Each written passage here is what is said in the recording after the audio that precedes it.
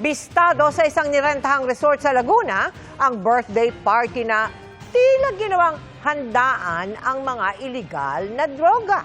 Mahigit 30 ang nasakote, kabilang ang 3 dayuhang dati nang nahuli sa pagbebenta ng party drugs. Nakatutok si John Consulta. Exclusive!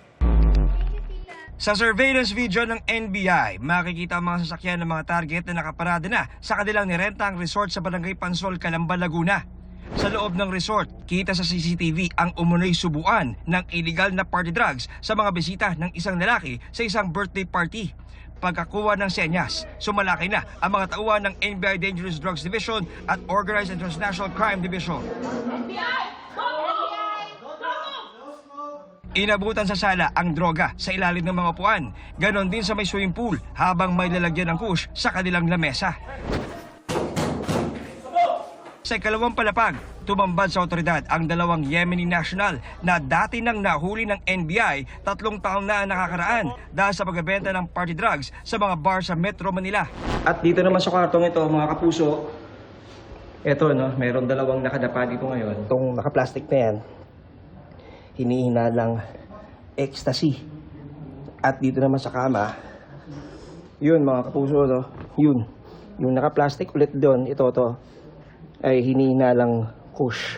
Yung Saturday, nakatanggap na informante natin na magkakaroon ng PAT session somewhere in Laguna. We were able to locate yung location. Kung napansin kasi natin na they were distributing drugs. So we started entering the premises to stop it from escalating. Nakita rin ang iba't ibang klase, kulay at korte ng droga tulad ng umano'y ecstasy, ketamine, cocaine, GHB o liquid ecstasy at kush o high-grade marijuana na sa kabuuan ay tinatayang nagkakahalaga ng 3 hanggang 4 na milyong piso.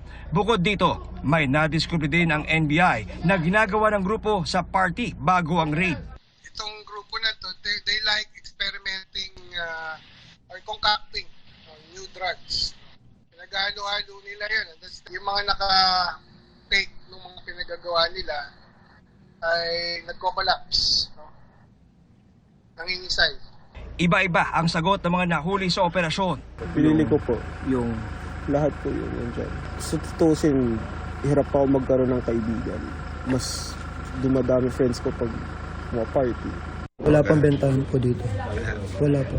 Sa kabuuan, 33 ang inaresto sa operasyon ng mga kabataan, 25 sa kanila ang nagpositibo sa drug test. Dinala na sa Calamba ang mga suspect para ma-inquest.